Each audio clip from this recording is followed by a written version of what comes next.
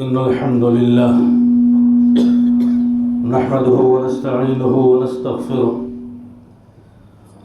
ونعوذ بالله من شرور أنفسنا ومن سيئات أعمالنا من يهده الله فلا مضل له ومن يضلله فلا هادي له وأشهد أن لا إله إلا الله وحده لا شريك له وأشهد أن محمدًا عبده ورسوله أما بعد فإن خير الحديث كتاب الله وخير الهدي هدي محمد صلى الله عليه وسلم وشر الأمور محدثاتها وكل محدثة بدعة وكل بدعة ضلالة وكل ضلالة في النار فأعوذ بالله السميع العليم من الشيطان الرجيم بسم الله الرحمن الرحيم يا أيها الذين آمنوا اتقوا الله حق تقاته ولا تموتن إلا وأنتم مسلمون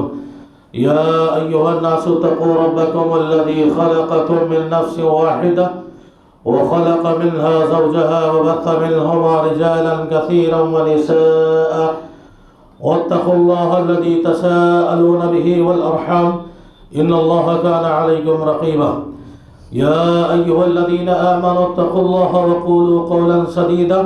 يصلح لكم أعمالكم ويغفر لكم ذنوبكم ومن يطع الله ورسوله فقد فاز فوزا عظيما وقال له عز وجل بسم الله الرحمن الرحيم ويطعمون الطعام على حبه مسكينا ويتيما وأسيرا إنما نطعمكم لوجه الله لا نريد منكم جزاء ولا شکورا۔ سب سے پہلے تمام قسم کی حمد و ثنا بڑائی اور کبریائی اس اللہ عز و جل کے لیے لائق و زیبا ہے جس نے ہمیں اور آپ کو اس دنیا کے اندر پیدا فرمایا۔ بے شمار درود و سلام نازل ہو تمام نبیوں، پیغمبروں اور رسولوں پر، خصوصاً تاجدار مکی و مدنی احمد مصطفیٰ محمد مصطفیٰ صلی اللہ علیہ وسلم پر۔ حاضرین جمعہ، دینی و ملی بھائیوں، بزرگوں اور دوستوں، آج ذوالحجہ کی 9 تاریخ ہے۔ بہت سارے مسلمانوں نے اللہ کے توفیق سے روزہ رکھا ہوگا۔ اللہ ان کے روزے کو قبول فرمائے، آمین، اور اس روزے کو ان کے لیے 2 سال کے گناہوں کو مٹانے کا ذریعہ اور سبب بنائے۔ کل آنے والی تاریخ ذوالحجہ کی 10 تاریخ ہوگی، جس کے سلسلے میں جسے یوم النحر کہا جاتا ہے، اور پیارے نبی صلی اللہ علیہ وسلم نے فرمایا کہ 10 ذوالحجہ کو سب سے پہلے ہم عید کی 2 رکعت نماز پڑھیں گے، اور پھر اس کے بعد ہم سب اپنی اپنی قربانیاں اللہ کی بارگاہ میں پیش کریں گے۔ اس کے بعد 11، 12 اور 13 تاریخ، جسے حدیثوں میں ایام تشریق کہا جاتا ہے، اور اس کے سلسلے میں پیارے نبی صلی اللہ علیہ وسلم نے فرمایا کہ کل ایام تشریق اکل و شرب و ذکر اللہ تعالی، کہ ایام تشریق یہ بھی قربانی کے دن ہے، کھانے اور پینے کے دن ہے، اور اللہ کا کثرت سے ذکر و اذکار کرنے والے دن ہیں۔ اس سے یہ معلوم ہوتا ہے کہ قربانی کے کل 4 ایام ہیں، 4 دن ہیں، 10، 11، 12 اور 13، جس کا وقت شروع ہوتا ہے عید الاضحیٰ کی نماز پڑھنے کے بعد اور ختم ہوتا ہے 13 ذوالحجہ کو سورج غروب ہونے تک۔ اس درمیان میں ان دنوں کے اندر آپ رات میں قربانی کریں یا دن میں کریں یا صبح کریں یا شام کریں، ان 4 دنوں میں کبھی بھی آپ قربانی کر سکتے ہیں۔ خطبہ مسنونہ کے بعد سورۃ الدہر کی جو آیتیں آپ کے سامنے پڑھی گئی ہیں، ان آیتوں میں رب العزت نے اپنے جنتی، متقی، پرہیزگار اور نیک بندوں کی ایک عظیم صفت کا تذکرہ کیا ہے، اور ایک بہت بڑی خوبی کو بیان کیا ہے کہ نیک بندے وہ ہیں کہ جو دوسروں کو کھانا کھلاتے ہیں، ازراہ ہمدردی جب کھلاتے ہیں، غریبوں کو، مسکینوں کو، یتیموں کو، فقیروں کو، محتاجوں کو، یہ ہمدردی اور غم و ساری اپنے دل میں پیدا رکھتے ہوئے انہیں خوب کھلاتے ہیں۔ اور رشتوں کو قائم رکھنے کے لیے، رشتے مضبوط کرنے کے لیے، رشتے باقی رکھنے کے لیے، رشتے کو جوڑنے کے لیے ازراہ محبت وہ اپنے عیز و اقارب، اپنے دوست، اپنے احباب اور اپنے خاندان کے افراد کو وہ خوب کھلاتے ہیں۔ یہ مومنوں کی صفت ہے، نیک بندوں کی صفت ہے جو اللہ نے بیان کی ہے۔ اور ان کا مقصد کھلانے کا دنیا کا کوئی فائدہ حاصل کرنا نہیں ہوتا، یا ان کا مقصد یہ نہیں ہوتا کہ ہم جسے کھلا رہے ہیں اس سے کوئی بدلہ لے، کوئی اجر لے، یا جسے ہم کھلا رہے ہیں اس سے ہم شکر گزاری کا مطالبہ کریں۔ نہیں، مقصد ان کا صرف یہ ہوتا ہے کہ ہمارے خوب کھلانے سے، ہم چاہے وہ غریبوں کو کھلائیں اور چاہے وہ رشتہ داروں کو کھلائیں، مقصد یہ ہوتا ہے کہ اللہ ہماری اس نیکی کو قبول فرما لے اور اللہ ہم سے راضی ہو جائے۔ اس لیے اسی مناسبت سے آج کے خطبہ جمعہ میں نے دوسروں کو کھلانے کی جو فضیلت شریعت میں اور اسلام میں موجود ہے اسے مختصراً بیان کرنے کی کوشش کرنے جا رہا ہوں۔ آپ دیکھیں گے کہ مکی زندگی کے ابتدائی مرحلے میں جب آپ نبوت سے سرفراز ہوئے، آپ کے سر پر نبوت کا تاج رکھا گیا، تو بنیادی طور پر آپ صلی اللہ علیہ وسلم نے مکے کے اندر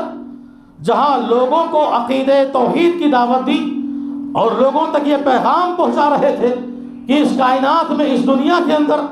اللہ ہی عبادت کے لائق ہے، اللہ ہی بندگی کے لائق ہے، وہی سجدے کے لائق ہے، اسے چھوڑ کر اس دنیا کے اندر کوئی ایسی ہستی نہیں، کوئی ایسی ذات نہیں جس کی عبادت کی جائے، جس کے آگے سر جھکایا جائے، جس سے مانگا جائے، جس سے فریاد کیا جائے۔ یہ توحید کی عظیم دولت تھی جو اللہ کے نبی صلی اللہ علیہ وسلم مکے کے لوگوں کو پیغام کے طور پر اللہ کا پہنچا رہے تھے۔ وہیں پر آپ اخلاقی تعلیم دیتے ہوئے دوسروں کو کھانا کھلانے کی اہمیت اور فضیلت بھی بتلا رہے تھے۔ بنیادی طور پر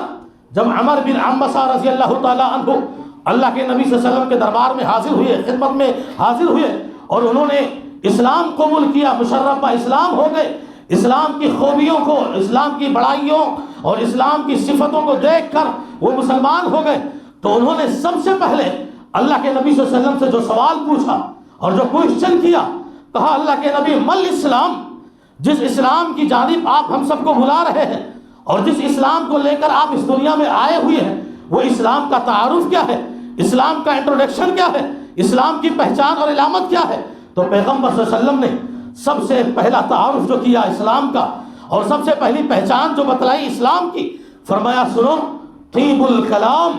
اسلام وہ ہے کہ اچھی گفتگو کی جائے، نرم مزاج ہی اختیار کی جائے اور عمدہ باتیں کی جائے۔ اللہ کے نبی صلی اللہ علیہ وسلم اپنے گھر میں موجود تھے، دروازے پر کسی نے دستک دی، آپ کو بتایا گیا کہ مدینے کا فلاں آدمی آپ سے ملنا چاہتا ہے۔ آپ صلی اللہ علیہ وسلم نے فرمایا وہی عائشہ موجود تھی، کہا بئس اخو العشیرہ، یہ جو ملنے مجھ سے آیا ہوا ہے، جو دروازے پر موجود ہے اور اجازت لے رہا ہے، یہ مدینے کی سوسائٹی کا سب سے گندا آدمی ہے اور سب سے برا آدمی ہے۔ عائشہ سن رہی ہے اپنے کانوں سے۔ اللہ کے نبی صلی اللہ علیہ وسلم کی عادت تھی کہ کافر آئے، مشرک آئے، منافق آئے، جو بھی آئے، آپ اس کو ملنے کی پوری اجازت دیتے تھے۔ کہا ٹھیک ہے، وہ اجازت چاہتا ہے تو آنے دو۔ جب اندر آیا وہ شخص، آپ صلی اللہ علیہ وسلم نے اسے اپنے قریب بلایا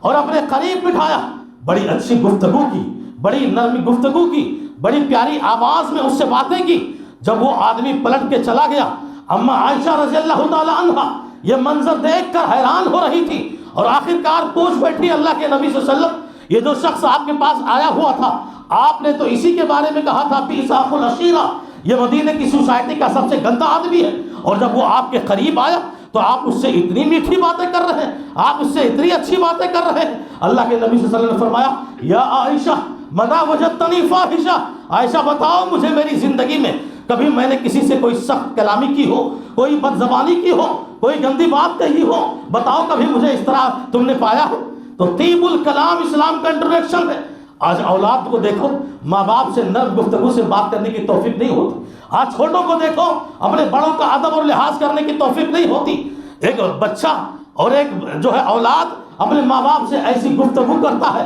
اور ایسی باتیں کرتا ہے کہ اس میں صاف گستاخی اور صاف ماں باپ کے شان میں نافرمانی کا شائبہ اور شکل نظر آتا ہے۔ کس کو کس سے بات کرنے کا انداز معلوم؟ جب مسلمان ہو اور اسلام کا پہلا انٹروڈکشن ہو رہا ہے کہ تمہاری گفتگو نرم ہونی چاہیے، اپنے رشتہ داروں کا کون کیسا ہے، کس سے کیسے بات کرنی چاہیے، نادان ہو عالم سے کیسے گفتگو کرنی ہے، چھوٹے ہو بڑے سے کیسے گفتگو کرنی ہے، اور بڑے ہو چھوٹوں سے کیسے پیار کا انداز پیش کرنا ہے، یہ اندر گفتگو ہمارے اندر کہاں رہی، اور اسلامی کا انٹروڈکشن ہو رہا ہے۔ اس کے بعد دوسرا تعارف پیارے نبی صلی اللہ علیہ وسلم نے اس صحابی کو بتلایا کہ اسلام یہ ہے کہ تطعم اطعام الطعام، دوسروں کو کھانا کھلانا، دوسروں کو محبت سے کھانا کھلانا، دوسروں کو ہمدردی سے کھانا کھلانا۔ یہ اسلام کا انٹروڈکشن کون پیش کر رہا ہے؟ پیغمبر انسانیت پیش کر رہے جو اسلام لے کر اس دنیا کے اندر آئے ہوئے تھے۔ یہ تو مدنی زندگی کا، مکی زندگی کا معاملہ تھا۔ آپ جب مدینے تشریف لائے، مدنی زندگی میں بھی سب سے پہلے بنیادی طور پر عقیدہ توحید کی دعوت دیتے ہوئے آپ نے اخلاق کی جو سب سے عظیم تعلیم دی، آپ نے کردار کا جو سب سے عظیم پیغام دیا، اور سب سے بڑے پیغامبر بن کر آئے۔ آپ جانتے ہیں مدینے کے اندر یہودیوں کے سب سے بڑے عالم عبداللہ ابن سلام، سب سے بڑے عالم یہودیوں کے، توریت کے سب سے بڑے جانکار، جو آسمانی کتاب تھی، ان کے کانوں تک آواز آئی مدینے میں کوئی ایسا پیغمبر آیا ہے، کوئی نبی آیا ہے جس کا نام محمد صلی اللہ علیہ وسلم ہے، اور اس کا چرچا مدینے کے جوانوں بوڑھوں اور بچوں تک کی زبانوں پر ہے۔ عبداللہ ابن سلام کے ذہن میں آتا ہے کیوں نہ ایسے پیغمبر سے ملاقات کریں، کیوں نہ ایسے نبی کے دربار میں جائیں اور ان کا دیدار کریں کہ آخر وہ کون پیغمبر ہیں جن کے چرچے مدینے کی گلیوں میں ہیں۔ عبداللہ ابن سلام گئے اور صحابہ کرام کی مجلس میں اللہ کے نبی صلی اللہ علیہ وسلم بیٹھے ہوئے تھے۔ عبداللہ ابن سلام اپنی زبان سے خود کہتے ہیں کہ میں نے صحابہ کے درمیان پیغمبر کا وہ نورانی چہرہ دیکھا، میرا دل اتنا متاثر ہوا، میرے دل پر اتنا اثر ہوا کہ میری زبان بے ساختہ پکار اٹھی کہ واللہ یہ چہرہ کسی جھوٹے کا چہرہ نہیں ہو سکتا، اس کی دی ہوئی تعلیم کسی جھوٹے کی تعلیم نہیں ہو سکتی، یہ نبوت کا دعویٰ نہیں کر رہا ہے بلکہ یہ واقعی سچا نبی ہو سکتا ہے۔ ذرا اور قریب گئے، عبداللہ ابن سلام جب پیارے نبی کے بالکل قریب ہو گئے تو آپ صلی اللہ علیہ وسلم اپنے صحابہ کو یہ تعلیم دے رہے تھے، اسلام کا یہ پیغام پہنچا رہے تھے، فرما رہے تھے افشوا السلام، سلام آپس میں خوف پھیلاؤ، چھوٹے بڑے کا لحاظ نہ کرو،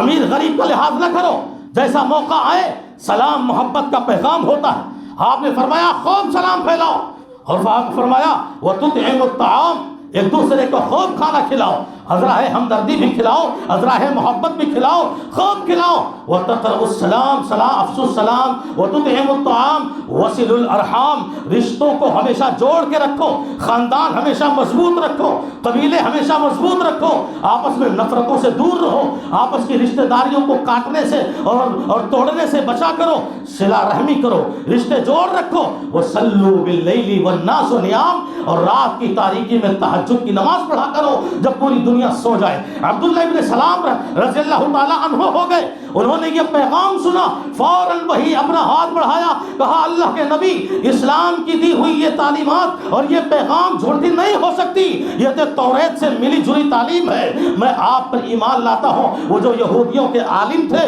اب وہ جا کر صحابی رسول بن گئے، اللہ کے نبی صلی اللہ علیہ وسلم کے ہاتھ پر بیعت کری اور ایمان لے آیا۔ تو اسلام نے کھانا کھلانے کے جانب لوگوں کو بہت کثیر جو ہے فضیلتوں کے ساتھ ابھارا ہے، اور جانتے ہیں دوسروں کو کھلانا، دوسروں کو پلانا، مہمان آئے تو دل میں خوشی کا اظہار کرنا، مہمان آئے ماتھے پہ شکن آنے کے بجائے خوش دلی سے اس کا استقبال کرنا، مہمان گھر آئے اس کو اللہ کی رحمت اور برکت سمجھنا، یہ نیک لوگوں کی اور شریف لوگوں کی اور پیغمبروں کی صفت، پیغمبروں اور نبیوں کی پہچان ہے کہ مہمان کے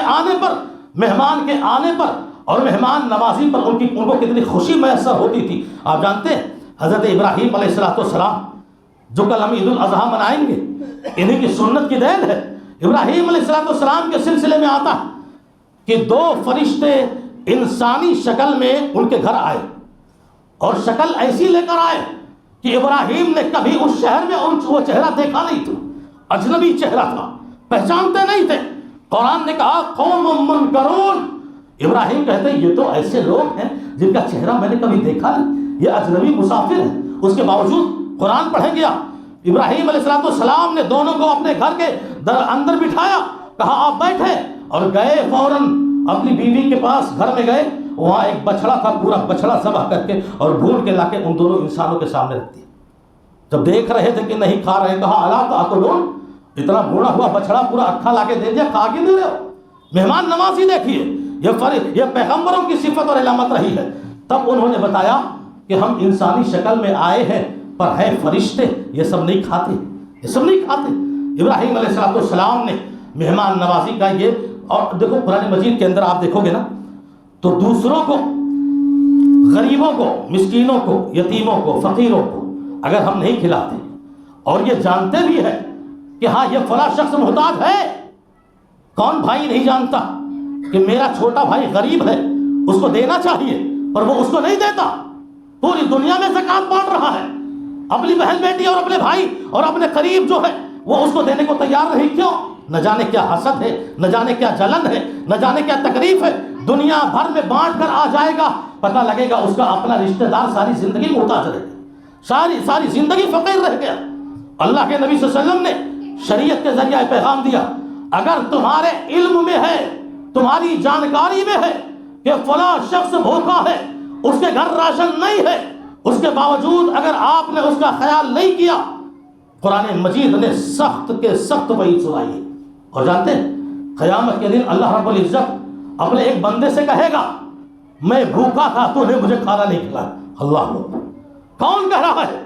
اللہ کہے گا میرے بندے مجھے بھوک لگی تھی، تو نے مجھے کھانا نہیں کھلایا۔ بندہ کہے گا اللہ تجھے بھوک کیسے لگے گی؟ تو رزاق ذو قوت المتین ہے، تو انسانوں تک کے لے کے کیڑوں تک ساری مخلوقات تک روزیاں پہنچانے والا ہے، تیرے خزانے میں کون سی کمی ہے؟ تیرے پاس تو ویسے ہی اتنی ساری دولت ہے، پوری دنیا کا زمین و آسمان کا مالک ہے، اللہ تجھے بھوک کیسے لگی اور تجھے میں کھلاتا کیسے کھلاتا تجھے؟ اللہ کہے گا کہ تیرے جانکاری میں میرا فلاں بندہ بھوکا سو گیا تھا، تو نے اسے نہیں کھلایا، اگر تو اسے گیا ہوتا کھلانے تو وہاں تو مجھے پاتا، تو وہاں مجھے پاتا، تو اس کو کھلاتا گویا اپنے اللہ کو کھلاتا، کوئی پیاسے کو پلاتا تو گویا اللہ کو پلاتا، کسی بیمار کی عیادت کو جاتا جاننے کے بعد تو مجھے تو وہاں اس کے قریب پاتا، تو اس کی عیادت کو نہیں گیا، بیمار کرسی کو نہیں گیا، گویا تم نے اپنے اللہ کی عیادت، اللہ کی بیمار کرسی لے۔ سوچو بندوں سے اللہ کتنی محبت کرتا ہے کہ وہ اپنے ساتھ بندوں کو جوڑ رہا ہے، تکلیفوں کو اور دوسروں کو نہ کھلانا۔ آپ دیکھیں قرآن مجید کی تلاوت کرتے کتنا عظیم گناہ ہے، کتنا عظیم گناہ ہے کہ جہنم کے اندر، دوزخ کے اندر جو اعمال انسان کو لے جانے والے ہیں، جو برے کرتوت اور جو گندی چیزیں اسلام کو جہنم میں داخل کرنے والی ہیں، ان عملوں میں ایک سب سے عمل کیا کہا؟ قالوا ما سلککم فی سقر۔ جب جنتی جہنمی فیصلہ ہو جانے کے بعد آپس میں بحث و مباحثہ کریں گے، مکالمہ کریں گے، بڑی مشہور آیت ہے، جنتی پوچھیں گے کیوں، کیا ہوا، جہنم میں کیوں جل رہے ہو؟ آواز آئے گی، سب سے پہلے جرم کا سبب جس کی وجہ سے جہنم میں جل رہے ہیں وہ جہنمی خود اپنی زبان سے بیان کریں گے، لم نکو من المصلین۔ پہلا گناہ تھا کہ اللہ کے حقوق کو ادا کرنے میں جو نماز سب سے اہم ترین عبادت تھی، ہم نے اس کو قائم نہیں کیا تھا۔ اللہ اکبر۔ پہلی وجہ، قربانیوں سے نجات نہیں ملتی اور نیکیوں سے نجات نہیں ملتی جب تک انسان کی زندگی میں رأس العبادہ نماز کی پابندی نہ ہو۔ اللہ کی قسم اس کو کوئی عبادت کامیاب نہیں کر سکتی۔ کیوں؟ نماز یہ توحید کا سب سے بڑا مظہر ہے۔ سجدے کرتا ہے، رکوع کرتا ہے، گھٹنے ٹیکتا ہے، ماتھے رگڑتا ہے، سجدے کی حالت میں، نماز کی حالت میں وہ کیسا اپنا انداز بناتا، اللہ کو بڑا پیارا لگتا ہے۔ اللہ کے نبی نے فرمایا نماز درست ہے تو حشر کی عدالت میں ساری منزلیں درست رہیں گی، اور اگر نماز میں فیل ہو گئے پھر حشر کی ساری منزلوں سے ٹکرا کے نہیں چل سکتے، اندھے ہو کر وہی گرو گے۔ اول ما یحاسب به العبد یوم القیامہ، بندوں سے اللہ کے حقوق کے سلسلے میں سب سے پہلے نماز کے بارے میں پوچھا جائے، نماز کے بارے میں پوچھا جائے۔ اور دوسرا سبب جو بتائیں گے، لم نکو نطعم المسکین، ہم مسکینوں کو کھانا نہیں کھلاتے تھے۔ یہ دوسری وجہ ہے جو موضوع سے متعلق۔ ایک دوسری حدیث میں اللہ کے نبی نے فرمایا کہ لیس المسلم الذی یشبع وجارہ جائع، اللہ کی قسم وہ آدمی مسلمان نہیں ہو سکتا جو اپنے گھر میں بیٹھ کر خود پیٹ بھر کر کھائے اور اس کا پڑوسی بھوکا سو جائے، وہ مسلمان نہیں ہو سکتا۔ اللہ کے نبی نے فرمایا ارے سالن بنا رہے ہو گوشت کا، ذرا سا پانی زیادہ کر دو، اپنی لذت اور مزے اور ذائقے کو کم کر لو، لیکن پڑوس کے اندر جو بچے معصوم ہیں تمہارے بنائے ہوئے سالن کی خوشبو ان کے ناکوں تک پہنچ رہی ہے، وہ غریب ہے، محتاج ہے، یتیم ہے، وہ تمہاری طرح بنا کے نہیں کھا سکتے، ان کا باپ نہیں کھلا سکتا، باپ نہیں ہے تو یتیم نہیں کھا سکتا۔ اللہ کے نبی نے کیا بہترین طریقہ بتایا، سالن زیادہ کر دو پر پڑوسی تک پہنچا دو، پڑوسی کو دے دیا کرو۔ کھانا کھلانے کی اپنی جگہ بہت ساری فضیلتیں آئی ہوں، اور اسی لیے میں نے یہ ٹاپک لیا ایام التشریق، جو 11، 12، 13 3 دن تشریق کے جو قربانی ہی کے دن ہے، اور یوم النحر کل 10ویں تاریخ کا، یہ تو افضل دن ہے ہی ہے، جس کے سلسلے میں اللہ کے نبی نے فرمایا کہ ساری کائنات کے دنوں میں سب سے افضل دن یوم النحر ہے، اور اس دن کا سب سے افضل کام قربانی کا ہے، جانور کو ذبح کرنے کا۔ تو میرے بھائی اور دوستوں، مقصد قربانی میں آپ دیکھیں گے قربانی جو ہم کرتے ہیں اس کے جہاں بہت سارے مقاصد ہیں، وہی سب سے عظیم مقصد یہ بھی ہے کہ عید کی خوشیاں منانے جا رہے ہو، عید کی خوشیاں منانے جا رہے ہو۔ اپنے پیغمبر کی سنت کو ہمیشہ یاد رکھو، زندگی کے کسی موڑ پر پیغمبر نے سماج کے غریبوں اور یتیموں کو نہیں بھلایا، یہاں تک کہ آخری سانس توڑتے ہوئے بھی اللہ کے نبی نے امت کو تعلیم دی تھی، نماز قائم رکھنا اور غریبوں کا خیال رکھنا، یتیموں کا خیال رکھنا، مسکینوں کا خیال رکھنا۔ اللہ نے فرمایا اطعموا القانع والمعتر، جو فقیر ہے، جس کے ہاں قربانی نہیں ہوئی ہے، جس کے ہاں جانور نہیں آیا ہوا ہے، جو لوگ محتاج ہیں، آپ کی ذمہ داری ہے تلاش کر کے وہ آپ ان تک گوشت پہنچاؤ۔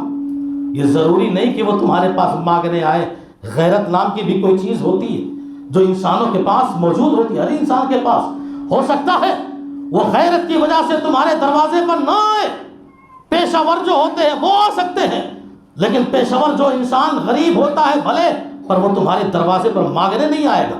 وہ سماج میں جہاں رہتے ہو، جہاں بستی ہو، جس علاقے اور گاؤں میں رہتے ہو، وہ آپ کی ذمہ داری ہے کہ پتہ لگاؤ کس کے یہاں قربانی نہیں ہے اور کس کے یہاں جانور نہیں آیا ہوا ہے، آپ وہاں تک اپنے گوشت کو پہنچاؤ۔ یہ قربانی کا عظیم مقصد ہے، تاکہ ان کو احساس نہ ہونے پائے، عید کی خوشیاں ان کی پھیکی نہ پڑنے پائے، اور عید کی خوشیوں جیسے تمہیں میسر آ رہی ہیں ایسے تمہارے وسیلے اور تمہارے ہی ذریعے سے ان کو بھی وہ خوشیاں میسر آئے، اور ان کے بال بچوں کو بھی وہ خوشیاں میسر آئے، وہ دیکھ کر یوں نہ تڑپے کہ دنیا گوشت کھا رہی ہے، اللہ کی جو سب سے عظیم نعمت ہے اور بڑی عظیم نعمت ہے گوشت کی، جو کھا رہے ہیں، اور ہم ہیں کہ ہمارے گھر موجود نہیں ہے۔ ایسا سوال نہیں آنا چاہیے، نہیں آنا چاہیے۔ اور ایک بات اور بھی خیال رکھو، بات آ گئی، یہ مسجدیں جو آپ کے محلے کی ہوتی ہیں،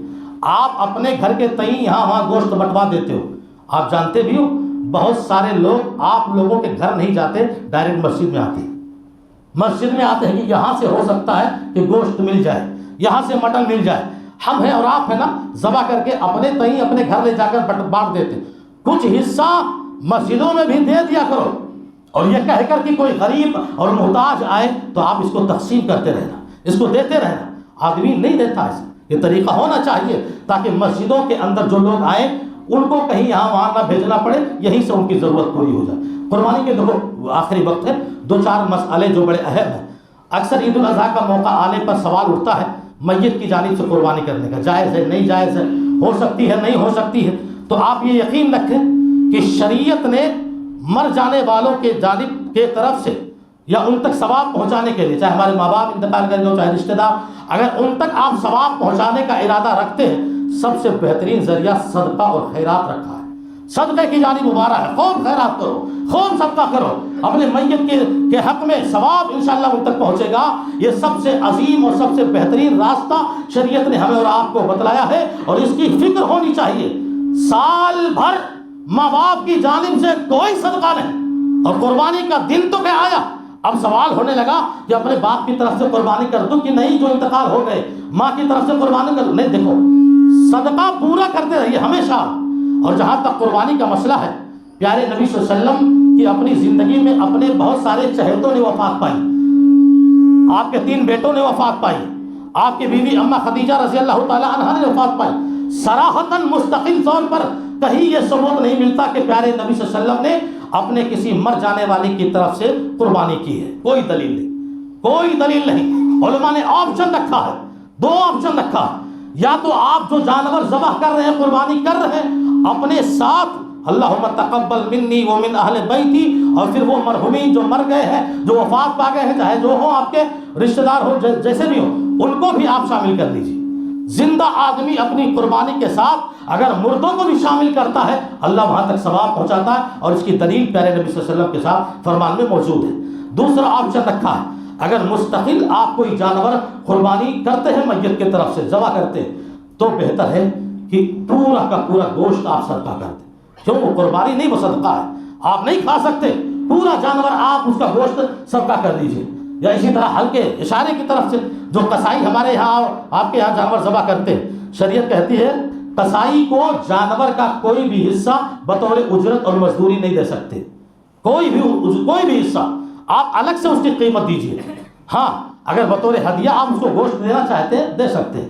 جائز ہے۔ اسی طرح آپ کے تعلقات غیر مسلموں سے، تو غیر مسلموں کو بھی آپ کاروباری میں ہیں یا پڑوسی ہیں آپ اس کو دے سکتے ہیں، پر مختصر، اکثر نہیں، اکثر حصہ مسلمانوں کا حق۔ اگر غیر مسلم کوئی ہے آپ کے تعلقات جائز ہے، شریعت انسانیت کی وجہ سے اس کو دینے کو جائز قرار دیتی، لیکن اکثر حصہ آپ اس کو نہیں دے سکتے کیونکہ مسلمانوں کا آپ کے گوشت پر زیادہ حق ہے، وہاں تک آپ پہنچائیں تو جائز تو ہے۔ یا اسی طرح چمڑے کا مسئلہ آتا ہے 2 منٹ کے اندر، چمڑا جس کی کوئی قیمت 2-4 سالوں سے نہیں ہے، جو اداروں کو، مدرسوں کو جس سے بہت کافی فائدے پہنچتے تھے اب وہ فائدہ ان کو نہیں مل رہے، اس لیے ایک آپشن رکھا گیا تھا اور رکھا بھی جا رہا ہے کہ جو چمڑا آپ لے کر آتے ہیں تو کم سے کم اس چمڑے کے ساتھ 200 روپیہ آپ مدرسے میں ادارے میں دے دیا کریں۔ یہ طریقہ اپنائیں، اپنا دل بڑا کرو، دل سخی ہونا چاہیے۔ مجھے کہنا پڑتا ہے کہ 50,000 کا جانور، 60,000 کا، لاکھ کا جانور آدمی لے آتا ہے لیکن 200 روپیہ مدرسے میں دینا نہ پڑے، وہ چمڑا یہاں تک لاتا ہی نہیں ہے، کہیں BMC میں پھینک دے گا، کہیں کچرے میں پھینک دے گا، کہیں نالے میں ڈال دے گا، وہ توہین ہوتی ہے چمڑے، نہ جانے کہاں کہاں گندگیاں پھیلا دے گا، پر 200 روپیہ اس کو دینے کے لیے تیار نہیں ہوتا۔ بہت سارے لوگ ہیں، دیکھو مولوی صاحب نہیں دیکھا تھا ڈرموں ڈال کے بھاگ جاؤ، ایسا طریقہ یہ سب کیا ہے؟ کوئی عالم حافظ ہے آپ کے یہاں دعا پڑھنے کے لیے گیا ہے، ارے اس کی محنت کی بھی قدر نہیں کرتے آپ، 200 500 1000 روپیہ 50,000 کا جانور لا کے ذبح کر رہے ہو، 1500 روپیہ اس عالم دین اور حافظ کے ہاتھ میں نہیں رکھ رہے ہو، دعا پڑھ کے جا رہا ہے، وہ کتنی محنتیں کرتا، آپ محنت صرف قصائی کی سمجھتے ہو، 4-4 ہزار دے دیتے ہو، اور اس کی محنت جو چٹائیاں توڑ کر آیا ہے اور 17-16 سال وہ قرآن اور دعائیں نہ جانے کیا کیا یاد کیا ہے اور تمہاری خدمت کر رہا ہے، اس کو اپنا گھر کی مرغی ساگ برابر سمجھ کے الاؤڈ کر دیتے ہو، جاؤ نہیں، دل بڑا کرو میرے بھائی، دل میں سخاوت اور فیاضی آنی چاہیے۔ مسئلہ زیادہ کچھ اور نہیں، چھریاں تیز رکھو، جانور کے سامنے کبھی بھی تیز مت کرو، اس کو بھی احساس ہوتا ہے، ذبح کرو، خاص کر کے ایسے ماحول میں جہاں ہم چل رہے ہیں پردے کے ساتھ ذبح کرو، روڈ پر اس کا کوئی منظر نہ آنے پائے۔ یا بہت سارے جوان جو بڑے شوقین ہوتے ہیں سوشل میڈیا سے جڑے ہوئے، وہ ویڈیو اور تصویریں بنا کر وغیرہ موبائل پر مت ڈالا کریں، یہ سب بہت غلط چیز ہے، گندی چیزیں ہیں، جانور کا ویڈیو، اپنا ویڈیو، خون میں لت پر لباس، یہ ساری چیزیں اخلاقی تعلیم سے خلاف ہیں۔ آپ کو ایسا کوئی کام نہیں کرنا ہے جس سے غیروں تک کوئی غلط میسج جائے، ہم عبادت کر رہے ہیں، خاموشی سے اپنی عبادت کریں اور صفائی کا خیال رکھیں، جانور کا کوئی حصہ سڑکوں اور روڈوں پر آنے جانے والوں کو کوئی تکلیف نہ ہونے پائے، جہاں جو انتظام کیا گیا آپ وہ سارے کچڑے وہیں رکھا کریں، ورنہ مسلمان تو مشہور ہے جس علاقے میں زیادہ ہو گندگیاں وہاں ہوتی ہی ہوتی ہیں، لیکن قربانی کے سلسلے میں آپ خیال رکھیں جانور کا کوئی حصہ اور وہ جھڑی یا جو بھی ہے آپ کہیں بھی پھینک کر ہمارے غیر بھائیوں کو یا اپنے بھائیوں کو یا راستے اور پہ چلنے ولنے والے کو تکلیف نہ دیا کریں، صفائی کا پورا خیال رکھیں اور عورتوں کو عیدگاہ لایا کریں، پیارے نبی کی سنت ہے، آپ حکم دیا کرتے تھے۔ ام عطیہ کہتی ہے کہ سارے عورتیں جاتی تھی، یہاں تک کہ جو ایام حیض سے گزرتی تھی ان کو بھی ہم سب عیدگاہ لے جاتے تھے پردے کے ساتھ، وہ نماز نہیں پڑھتی پر دعاؤں میں شامل رہا کرتی تھی۔ یہ سارے مسائل تھے۔ عید الاضحیٰ کل انشاءاللہ ہم منانے والے ہیں، آداب کا خیال رکھیں، غسل کریں، خوشبو لگائیں، عمدہ لباس پہنیں، تکبیرات پڑھتے ہوئے جائیں اور عید الاضحیٰ کے اندر آپ پوری طرح اجتماعیت کے ساتھ نماز کو ادا کریں، اللہ کا شکر جو ہے ادا کریں اور اللہ کی بڑائی اور بزرگی بیان کریں تکبیرات پڑھتے ہوئے۔ یہ تو مختصر سے مسائل تھے، مختصر سی باتیں تھیں، اور بھی بہت سارے مسائل ہیں جو آپ کے بھی ذہنوں میں پیدا ہو سکتے ہیں، تو آپ باقاعدہ نمبر ہوتا ہے سوشل میڈیا پہ جڑے ہوئے ہو، کوئی سوال سمجھ میں نہیں آتا ہے آپ عالموں سے پوچھ سکتے ہیں یا اپنے جانکار لوگوں سے پوچھ سکتے ہیں۔ اللہ ہم سب کو علم دین سے جڑے رہنے کی توفیق عطا فرمائے، اور پورے جمعہ کا خلاصہ صرف 2 کلمے کے اندر ہے، اس امت کی تباہی اور بربادی جو سب سے زیادہ ہو رہی ہے، یقین جانیں پورے جمعہ کا پوائنٹ ہے، یہ پورے جمعہ کا پوائنٹ ہے کہ اس امت کی تباہی، اور یہ امت جو آج فتنوں میں پڑ چکی ہے اور فتنوں میں ڈوب رہی ہے، اور آئندہ آنے والی نسلوں کا نہ جانے کیا حال ہوگا اور کہاں وہ جا کر ٹوٹیں گی کس فتنے میں، ہم اس کا اور آپ پہ کوئی ضمانت نہیں لے سکتے۔ فتنوں کی سب سے بڑی وجہ ہے مسجدوں سے ہم سب دور ہو گئے، مدرسوں سے ہم سب دور ہو گئے، عالموں سے ہم سب دور ہو گئے، اچھی صحبتوں سے ہم سب دور ہو گئے، جہاں سے ہمیں اخلاقی تعلیم ملنی چاہیے تھی ہم نے وہ سارے مراکز اور سارے سینٹر ہم نے چھوڑ دیے ہیں۔ یہی وجہ ہے کہ آج فتنے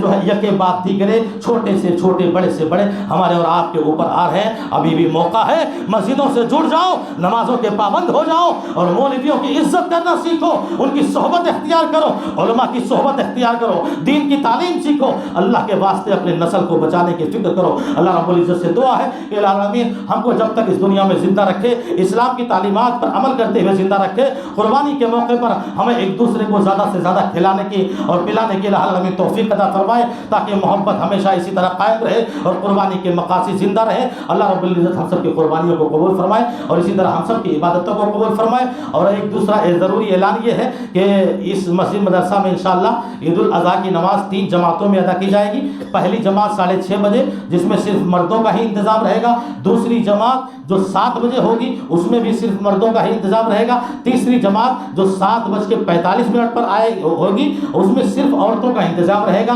یہ وقت آپ اپنے ذہن میں محفوظ کر لیں، اس لیے کہ اب مائک کے ذریعہ آپ کے کانوں تک اس وقت کا اعلان کر کے پہنچایا نہیں جا سکتا ہے، اس لیے ٹائم کا خیال کریں اور وقت متعینہ پر آ جائیں۔ انشاءاللہ جو وقت کا اعلان ہو رہا ہے اسی وقت پر عید الاضحیٰ کی نماز ادا کر دی جائے گی۔ اللہ ہم سب کو ایمان بالخیر پر جینے کی توفیق عطا فرمائے اور موت آئے تو ایمان بالخیر پر۔ وآخر دعوانا الحمدللہ رب العالمین۔ بارک اللہ لنا ولکم فی القرآن فعنیاکم بالآیات والذکر الحکیم، انہ تعالی جواد کریم ملک بر رؤوف رحیم۔